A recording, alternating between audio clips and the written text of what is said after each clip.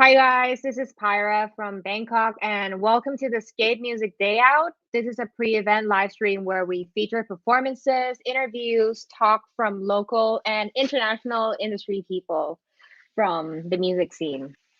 And Music Day Out is actually happening offline in Singapore on the 18th to the 23rd October at various venues at Scape.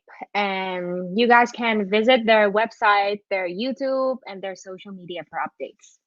Yeah, and this talk is about like everything wholesome. It's about like wholesome people, wholesome topic. It's about championing equality in our industry. So let's bring out everyone we have here, Suki and Cyrus from TuneCore. Hi. Hello, hello, Hey hello. everyone, Hello. That pleasure was to be Um, epic. here. Can we like introduce ourselves a bit? Let's start with Suki. Oh, wow. Okay. In hard. Let's go. Hi, guys. Thanks for joining us. Thanks so much. I'm really excited to share this with you and join you guys in talking as well. Thanks for being a part of this and tuning in to watch us live.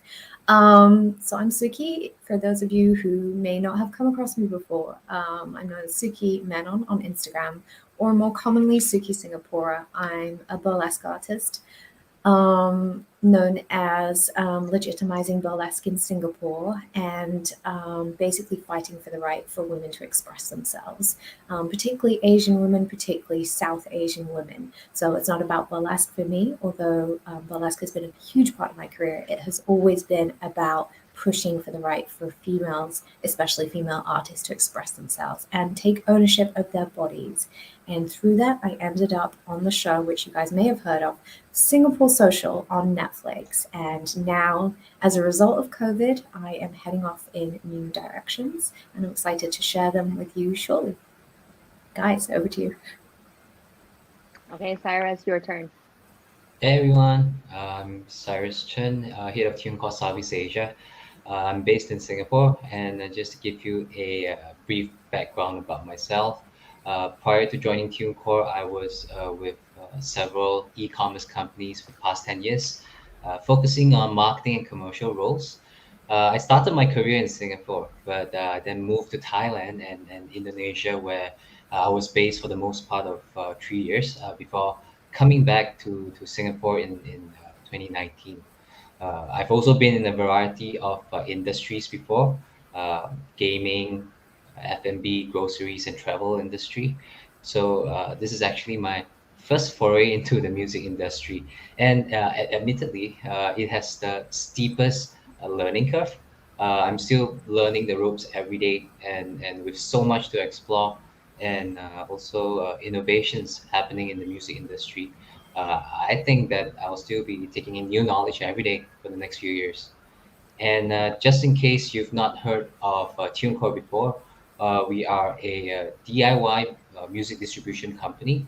We were founded 15 years ago in the US, and we were actually the first company to introduce a flat fee distribution model. Prior to that point, right, everyone was charging a percentage of revenue to get their music out.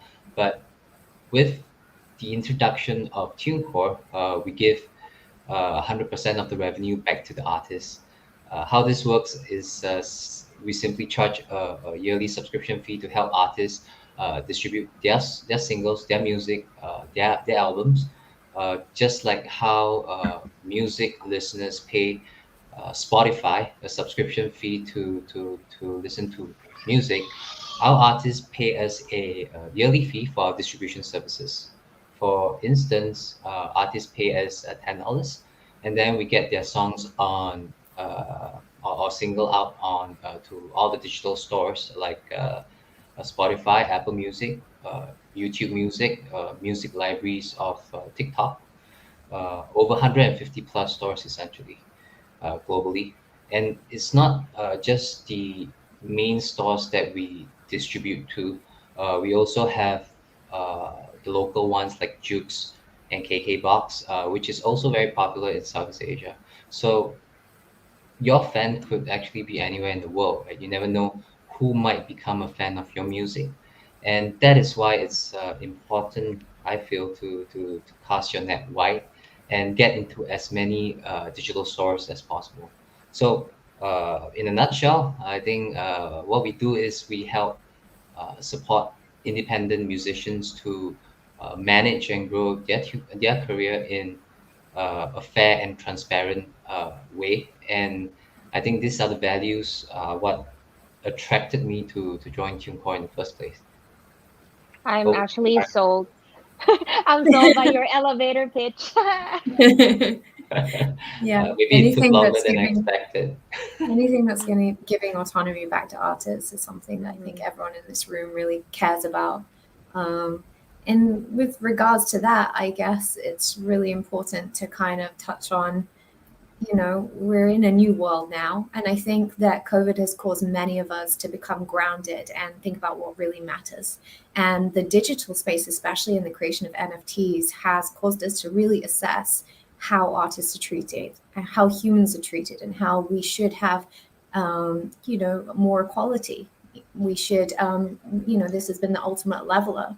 So, with regard to that, have any of us operated differently in our spaces in terms of like how we are online, how we distribute our art? I don't know, have either of you guys seen a change or have been personally affected by it? I think everybody is really affected by it, and it's also quite unfortunate because I know a lot of the industry people that have, turned from being an artist or a promoter into they're actually like joining a corporate company now. Mm, Yeah, in which I think it's just to secure themselves financially, but I think it's really torn for them, like being an artist and having to work 9 to 5. But still, you gotta do what you gotta do, and I think I'm pretty blessed, not and privileged to not have to go to that yet. Yeah. right.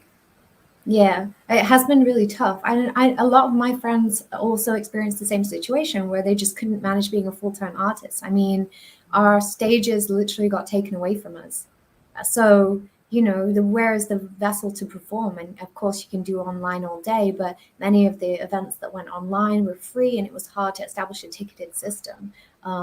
We weren't as all of us as privileged as TuneCore artists to be able to say, you know what, we can figure out a way of getting all this revenue in. It's been really, really tough.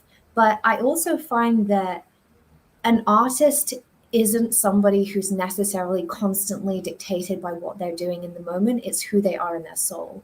And I think what I've said to a lot of people who have found themselves in a corporate environment or even like temporary finding a job is that your vocation does not define you. It's who you are in your soul. And if you're taking on that job to get through COVID, but you know in your heart it's because you need to generate this revenue and then you're going to come out and smash it when those gates open, then you're still investing in your career. You're still investing in yourself as an artist. You're investing in the financial side of it. And when you come out of that, you didn't take a U turn or a pit stop.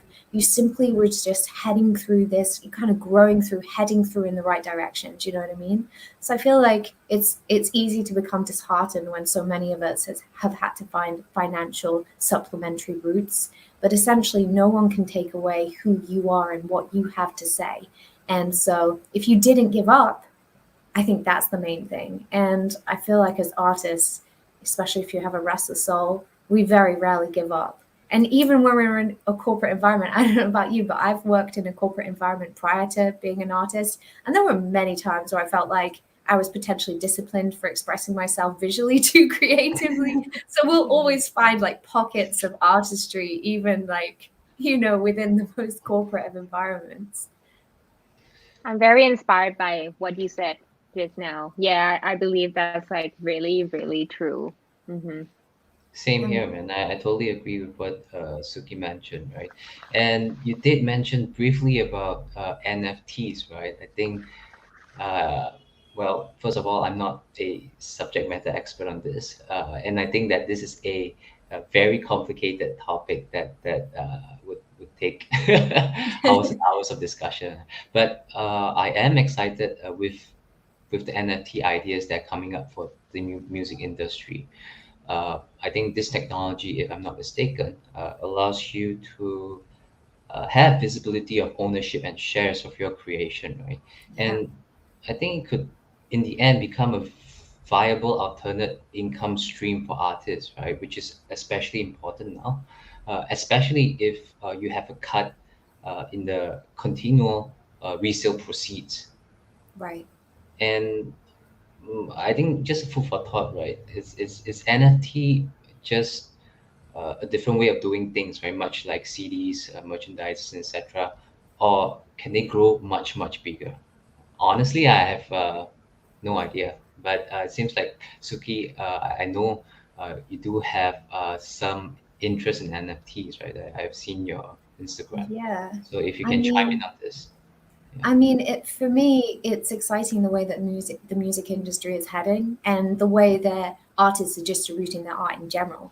And NFTs was a great part of that. Obviously, I'm interested in tech because I actually started in IT, and then I quit my day job and rebelled against my family and basically decided to become a burlesque artist. But that geekery just kind of followed me, and I'm still socially awkward and a nerd. So like that whole amalgamation of technology and art, just I gravitated towards in general. But I've actually found it interesting for two reasons. Number one, exactly what you said about that royalty structure of, on the resale or on the distribution, the artist always gets, it can be an NFT, can be a track. For you guys who don't know, it's kind of like there's a minting process of your art. It could be a video clip, an image, it can be a track. And what you're doing is giving that a digital signature, which says this is the only version. And when you create it, when other people use it, distribute it, house it, you are getting constant revenue infinitum on that piece of artwork. So, many people are talking about releasing and have released tracks as NFTs. And that is an incredible way of all of those achieving equality within the music industry, especially artists, especially unsigned artists. But also, I find that NFTs are exciting to me because they create a literal historical timestamp of our art.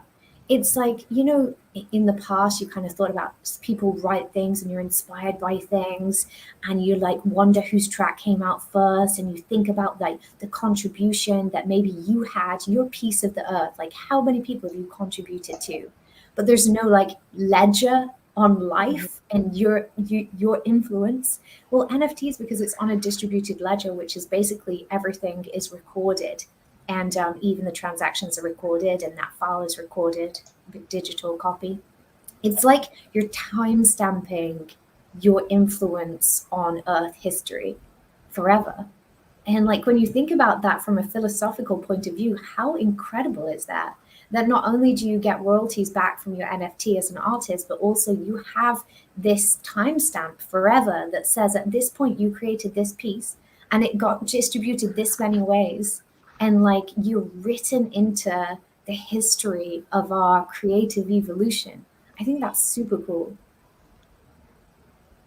You made a really good point right there. And I'm also into NFT as well. And I'm even more surprised that we have like a similar background, because I used to work in a tech startup as well before rebelling with my family and then Wow. becoming like an artist. But I'm still like a big geek and a nerd as well. And I'm exploring NFTs. But like for me, there's this one point in the music industry that kind of like um stop me from doing NFT, is because I'm with Warner Music, which is like a major label. And since NFT is very, very new, everyone is quite lost on like what to do, because my face, the artist face, is kind of like a copyright to the label. Yeah. So until they know how to sort this out, nobody can actually release NFTs. Right. Yeah. Which is funny because like the whole point of the blockchain, and I'll say this, I'll say what you can't say. The Okay. whole point, the whole point of the Decentralized. I am not signed by Warner, so I'm going to go in. Although I do love the Okay, Warner Group. let's go. Let's The go. whole point, the whole point of blockchain technology is to create a decentralized network and a decentralized ethos. That's power back to the people, essentially. And I feel like that's really interesting to me to hear that, because it's almost like until the big cats figure out how not to give power back to the people, it's too dangerous to give power to the people, which is crazy because I feel like there's a sweet um ethos behind NFTs that like is in danger of getting lost as more and more conglomerates and more global brands jump onto it, because really it's come from this kind of internet culture. I mean, if you think about Bitcoin and everything that's kind of come from, it's come from this open source place, which I think is a really humbling place. And I think it's really the way that, if anything, we got like a peak during COVID, that eventually that's the way humanity needs to be in order for us to truly progress. And I'm not talking about progress technology wise, I'm talking about progress in terms of global healing and actually all of us figuring out what is the meaning of life, essentially, is to kind of treat each other with more equality. And I think it's so interesting that NFTs scare so many massive companies and their artists, because they they represent that. And it's almost like I fear sometimes, and this may be controversial, I don't know, but I fear sometimes that when massive brands jump into that digital space, they're going to try and bring the old values into a modern world. And I feel like it's up to individuals to stand tall and be like, no, actually, we're going to protect this new world. Because if we're all going to head into a digital space and we're all going to become avatars and we're all going to like live in virtual mansions, like at least make that world a better world than the one that we're coming from. At least learn a lesson. I don't know. I don't know what the future holds. We'll have to see how it all unfolds. Do you find I'm going to go in. Do you find that being signed to a massive label like that changes the way that you put content out there, or the things that you say online, or what you feel you can and cannot say? Definitely, because okay, a quick introduction to myself. My name is Pyra. I'm an artist and born in music and music Thailand. Yeah, and being I actually speaks about quality, lyric and visual, and all my songs actually talk about capitalism, feminism. But the thing is, I'm in like the most the like biggest, the top of the capitalist world in music. So it's quite a bad joke that I'm like also here, but then I'm also trying to talk about like another thing on the like on the left side. But the thing I see is that okay, at least let's just get their money. So it's kind of like a revenge kind of thing, big to actually realize that I'm actually using their fund to do this. But I don't feel like thing me or my creativity, because it really depends on who you work with. And people at Mm. Warner Music Thailand is actually quite open-minded, and they allow artists to be whoever they want to be. So I can actually say this right here without fearing that they would, stab me or something, because they wouldn't. Yeah. I love that. That's super cool. How about you, like working for TuneCore? Do you ever feel like you have to hold back on some of your opinions? Sorry. Well, I think working with TuneCore, right? There's no restrictions on what you cannot say, because I think it coincides with the values that I hold dear to. It's like that's we're in sync there, right? But with what I like to mention is, it seems like with NFTs, right?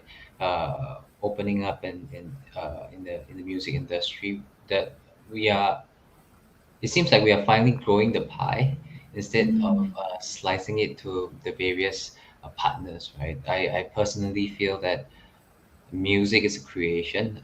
It is valuable, and of course, when you create music, right, uh, you should be mindful and able to take back all the money that is rightfully yours, right, and generated of your creation.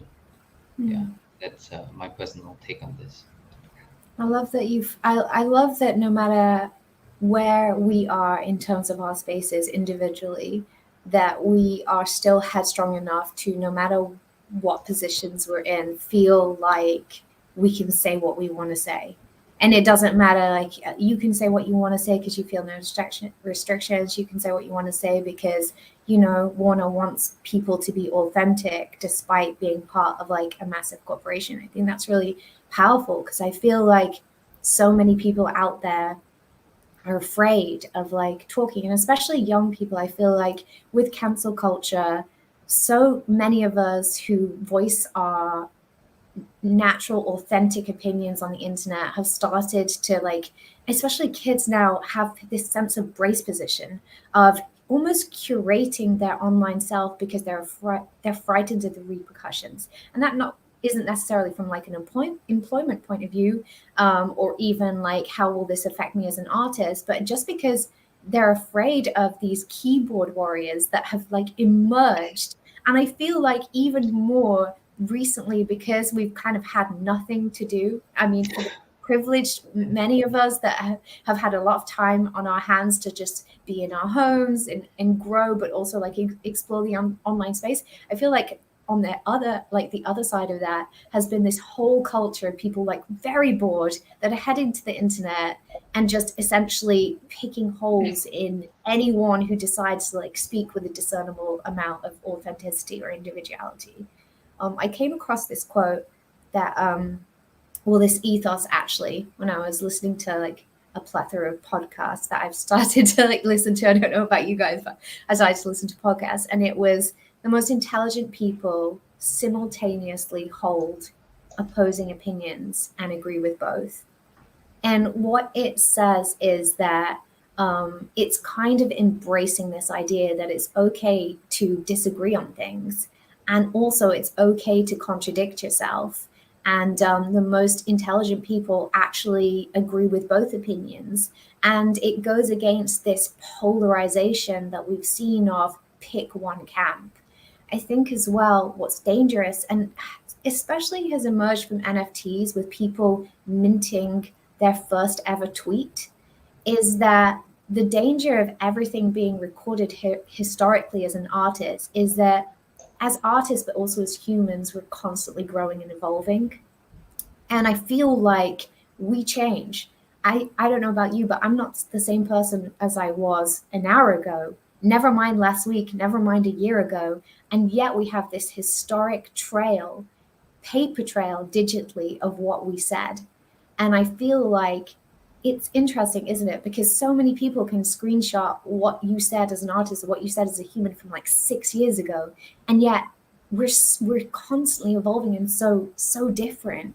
Like, how do you guys navigate that? Because for me, I mean, I remember just before I went on Netflix, I'll just say it as it is. Like, I almost felt the need to like archive everything that I had said like pre 2011, because I can't remember like what naive me was tweeting for fear of like. But how do you guys navigate that? Do you ever feel that way? How do you guys navigate that space? Well, I, my personal opinion is when cancel culture first started, right? I think it definitely originated with good and often I'll say compassionate intentions, which was a good thing, like the Me Too movement, right? Uh, a voice for and of the people, if I can put it that way. But in the current age, time, and technology where we are used to digesting news, getting information, and reacting to it in real time. Often, I think with limited or delayed gatekeepers interfering. How often do we do our fact checks or due diligence before we join the horde, to condemn those at the receiving end of the cancel culture?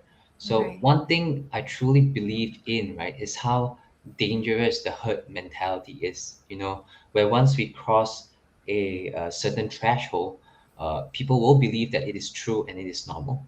But we have to remember as well that this is an age where misinformation is very prevalent, I would say. And we have to acknowledge that there are times when those at the receiving end of the cancel culture, be it companies or people, uh, they could be wrongly accused based on partial stories or just distorted facts, or even simply just having their words brought out of context. So, Yeah. if and when the public opinions on them can change after clarification, that's all fine and dandy, right? But what happens if it's irreversible, which we have seen happening, that eventually led to some loss of lives, revenue? Mm. Then I think who is accountable, right? I think this is the scary part of the cancel culture. No one Yeah. is effectively holding the hate mob accountable when things go seriously wayward.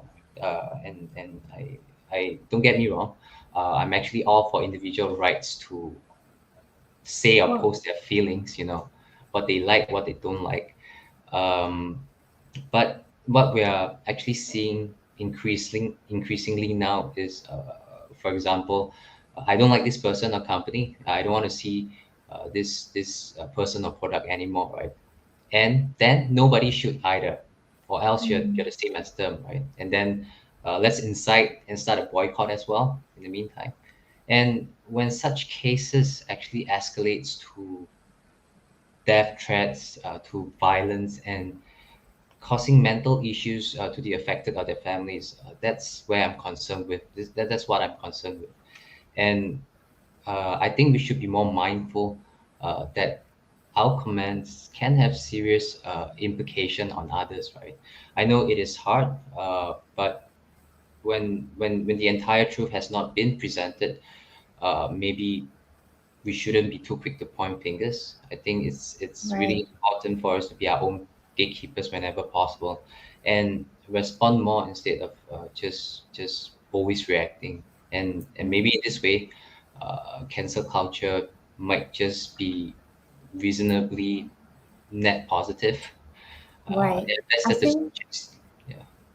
I think you're so right. Like, you're so right in everything you're saying. I mean, we can't just jump on a bandwagon. Sometimes people just, like, as you say, herd mentality. If somebody doesn't agree with somebody on the internet, they blow it up. Then this whole herd joins in without necessarily even researching a topic or understanding anything about it, just because they're seeing facts or they're seeing misinformation. But I would actually go one step further and say that even if an individual does something or says something, or a corporation does something or says something, also, where along the way did we forget as human beings to forgive?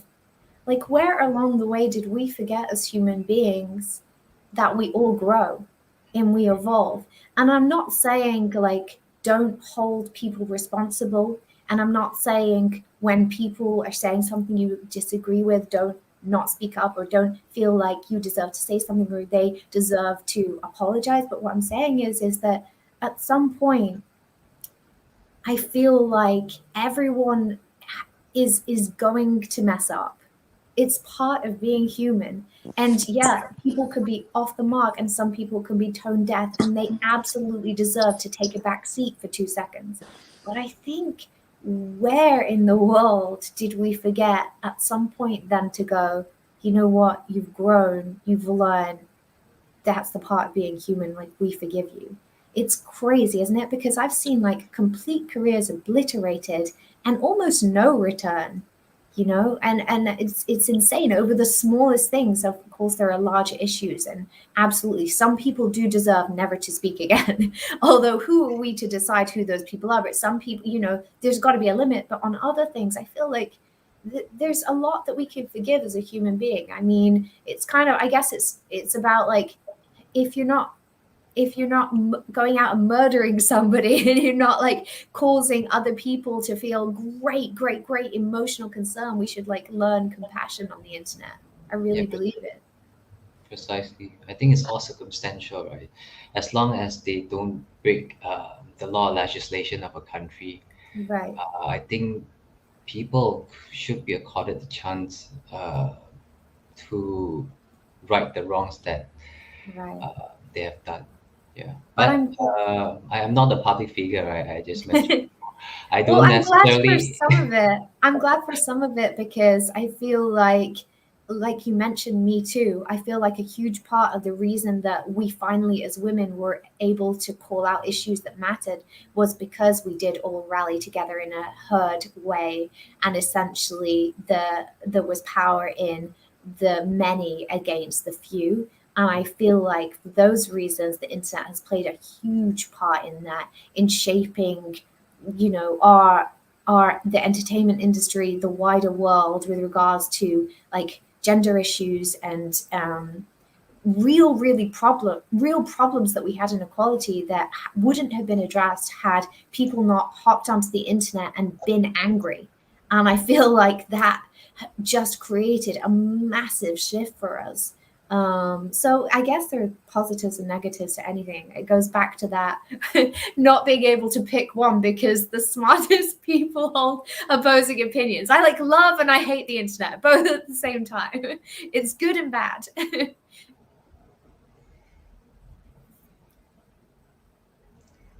Oh, we have no sound, Pyra.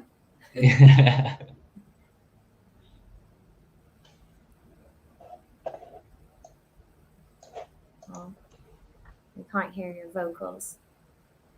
But I'm gonna let you put your AirPods in, and please interrupt me at any point. But I'm gonna go back Does to this work? yes. Yeah, it works.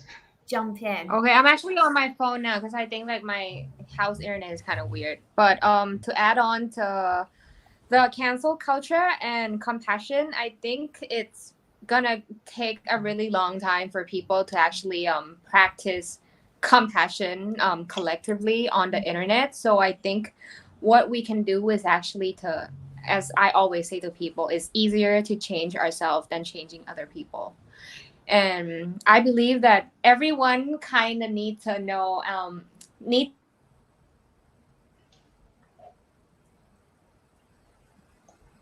Oh, we lost your audio to again. be strong on the internet. Okay, she's back. Yeah, because changing other people is pretty hard. So for me, I get canceled like almost every month because I say like the most controversial thing like about politics, about feminism, and sometimes people just don't get it. They thought I'm doing this just for my financial gain, in which I'm not. Yeah, but then the thing is, I'm pretty used to getting canceled. Wow. But Yeah. I believe that I'm doing something good for the world. So if they cancel me, then it's the world's loss. But I'm just gonna keep doing me because I believe that what I'm doing is actually good for the world and for myself and for my friends and my people. Yeah, that's so true. Do you know what? I've Yeah. experienced a very similar thing, which is madness, because I feel like you and I are both headstrong women, and we're very comfortable with who we are, and we're very comfortable with the fact that everything we say is actually from a place of goodness and love as individuals. And it's bizarre, isn't it, how that can be completely misconstrued and twisted on the internet. If you say something and you're almost too righteous, the world becomes cynical. And it's almost like if you say something that you really care about, the world thinks you're doing it because it's an angle. And it's bizarre. And I think that's unavoidable because I feel like people love an underdog. And the minute that you kind of put your head above the precipice and you elevate yourself, but you've had the experiences of an underdog, so you talk from that place, but you start to elevate yourself, there's an uncomfortability of your star rising in whatever, I mean, not literally your star, but I mean maybe literally your star, you rising, and then people really want to take that down. And I think you're right in saying that it's going to happen anyway. We can't change other people. The best we can do is really look at ourselves in the mirror. And if you can look at yourself in the mirror and you can say to yourself, everything that I'm doing and everything that I'm saying is authentic. It's not an angle. It's because I want to make a difference. And it's what I really authentically care about. I think if we can all do that, then the landscape will transform. And that can be a difficult process, you know, looking at yourself and really thinking, is what I have to say authentic? Because I don't know. I sometimes have to literally check myself as well. I constantly check myself. You know, as a person, I know that as a human, it's impossible to get things perfect. That's actually the beauty of living as a human. But yeah, I think, you know, it's okay as well to get it wrong, and it's okay for people to like say things, try and counsel you, but as long as your intention is always that to try and be a good person, I think good people always have the intentions of trying to be a good person. So in that sense, you are a good person, and that is literally the only thing you can control. I think therefore I am. So um, is crazy. I can't believe you get cancelled almost every month though. The pressure of that. Does it start to like weigh you down, or do you just blitz through and be like, no, what I'm saying is I'm coming from an authentic place. I believe what I'm saying and therefore I don't care? Or does it ever sometimes like make you feel sad or weigh you down? I think it makes me feel sad every time. Right. I'm not gonna lie, but then it's good that I'm a strong woman too, in which Yeah. not everybody is like that, but it's fine for me being canceled. But for a lot of the time, it stops people from actually saying the right things or doing the right things because they're afraid of getting canceled. And I know so many people who have like the same mentality and the same mindset as me, but they wouldn't act because they're afraid of getting canceled. And this is actually really sad, because if we're kinder to each other on the internet, I believe that we can make great difference. Yeah. And it's actually interesting because I feel like we almost punish individuality and free thought on one hand, and yet the internet profiles that we're drawn to on the other are the ones that are interesting and of a different opinion. So it's kind of like you can't have it both ways. You can't be gravitated towards individuals that say things that might be controversial on one hand and enjoy that and be a part of that and get off on that and be into that, and yet want them to stop on the other hand.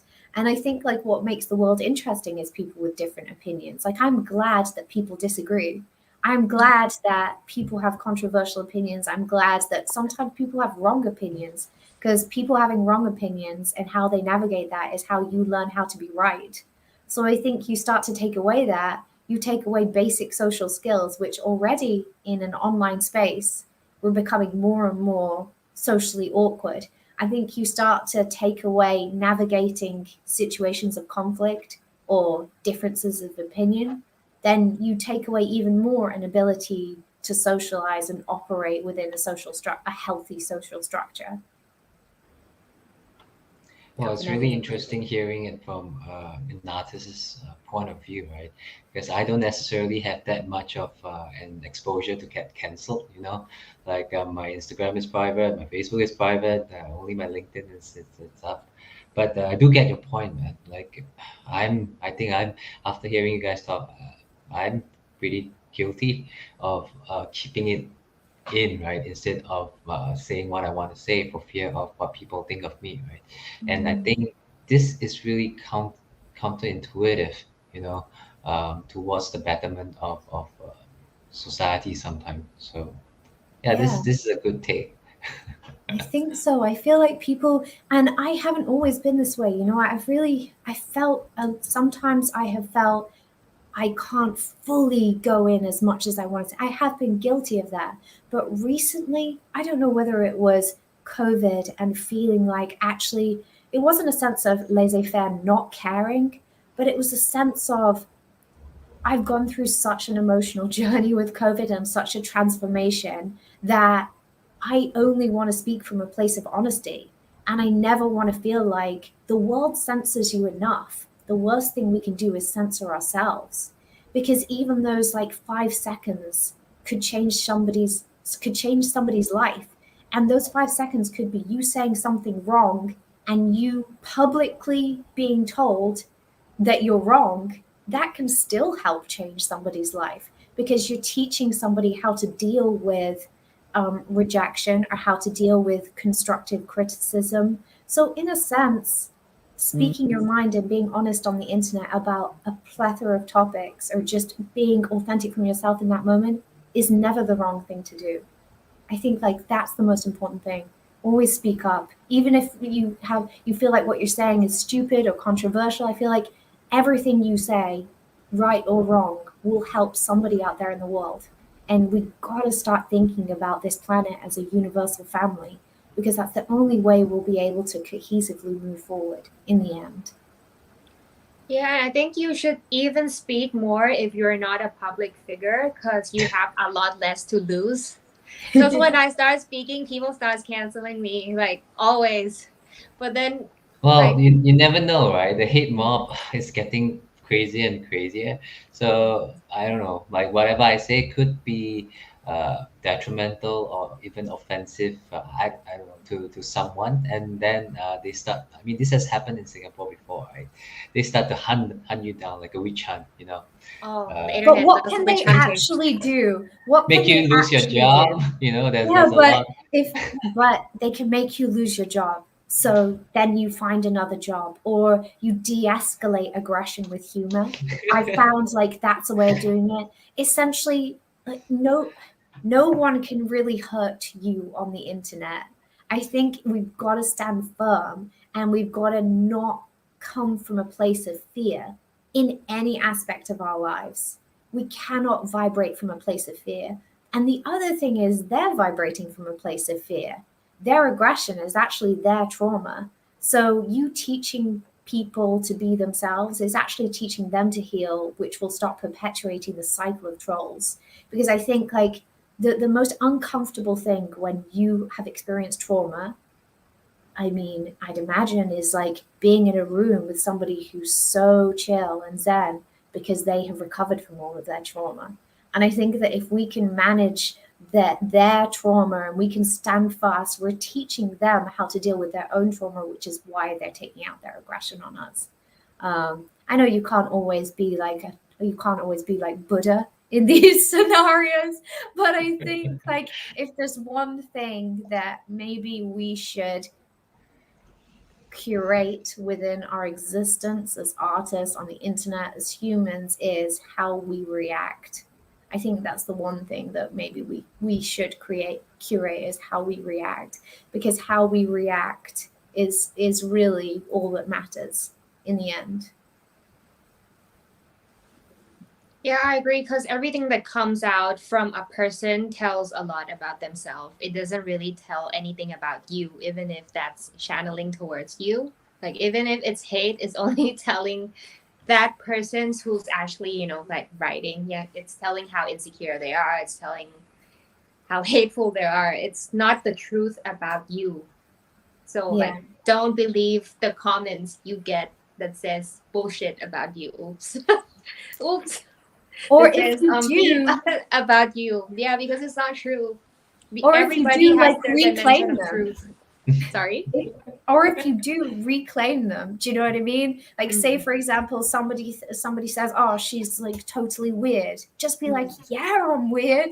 Yeah, I'm weird. Like, I've seen the coolest recoveries from cancel culture ever. I saw the Gal Gadot cancel culture recovery, I mean, where obviously she sung Imagine, and it was, I don't know whether you guys saw that going around on the internet. And then I think it was like Family Guy or The Simpsons, I can't remember. And they basically said, "Oh God, please make this situation not happen so that we don't have to listen to her sing Imagine." And she posted that video on her feed and said, "If everyone gets vaccinated, I promise I won't sing Imagine again." So I think Oh, that, that's like, nice. also, do you know what I mean? If people do say those things, if you can like flip it around with humor or claim it, yeah, I am weird. Yeah, I did do a dumb thing. That's super powerful and positive as well. As long as you don't veer into the territory of like toxic positivity, which is everything's great. And then there's like a fire burning behind you. It's okay for things not to be great. And it's okay to be hurt. And it's okay to have a really rubbish day. It's okay to feel sad. As long as you don't toxic positivity yourself. I think flipping things around to a more positive rhetoric and narrative is like, a really good way of handling all these things. So I guess going forwards, like what's everyone up to next? What are you up to next? Pyra. Oh, me first. Oh, I was waiting for you. All right, you go. What am I up to next? Okay, I'm actually about to finish my contract with Warner at the end of this year, so I'm heading to London. I'm gonna move to London in March. Yeah, You guys Yes. can get acquainted in London. she's moving to LA. Oh, I know we're literally gonna miss each other. So yeah, very much like yourself, I'm relocating as well. But I will be heading to Los Angeles and India a bit. So we might be like ships passing in the night. But if you are like, when do you head to London? We should meet up in real life. Yeah, like mid March, but Okay. I'll WhatsApp you. Yeah. Yeah, we'll see if we can. How about What you? about you, Cyrus? Yeah. well, truth be told, TuneCore just started in Southeast Asia, right? So definitely, we are gonna invest more heavily in Southeast Asia in the next few months, if not years.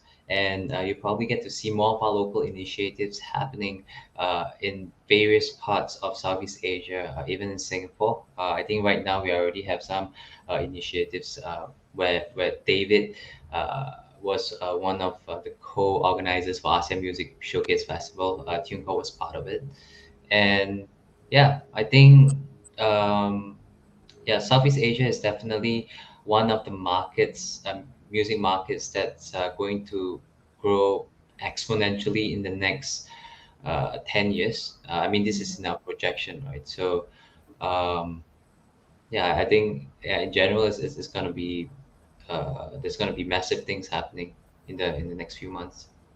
Wow, congratulations. That's so cool. I love that you're bringing like equality of artists and their material to Southeast Asia. It's so overdue. Like any influx of creativity and new ideas into Asia, I think is so required.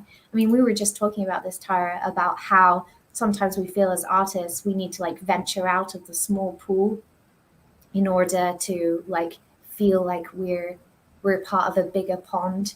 But it's great then when you've experienced that, and like companies like TuneCore, when you have all these big ideas, to then bring them back after you've gone exploring and after you've discovered these concepts or companies or like structures or inspiration.